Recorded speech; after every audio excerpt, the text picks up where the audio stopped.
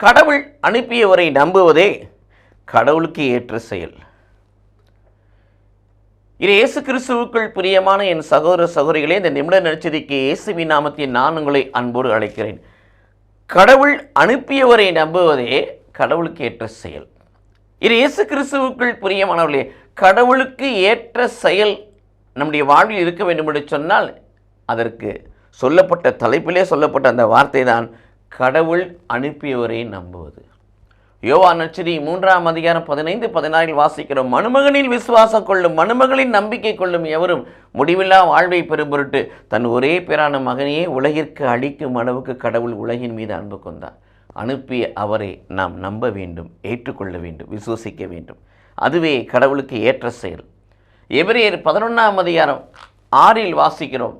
எபிரேயர் 11:6 வாசிக்கிறோம். என்ன வார்த்தை சொல்லப்படுகிறது? கடவுள் இருக்கிறார் என்றும் தம்மை தேடுகிற பிள்ளைகளுக்கு கைமாறு அளிக்கிறார் என்று நம்புங்கள் என்று சொல்லப்படுகிறது.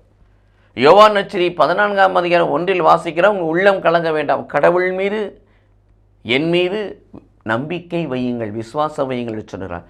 நமது நம்பிக்கை, நமது விசுவாசத்தை கடவுள் மீது வைத்து அவரை பின்தொடர்கிற பிள்ளைகளாய் நீங்கள் நான் மாறினோம் என்று சொன்னால் அது கடவுளுக்கு ஏற்ற செயல்.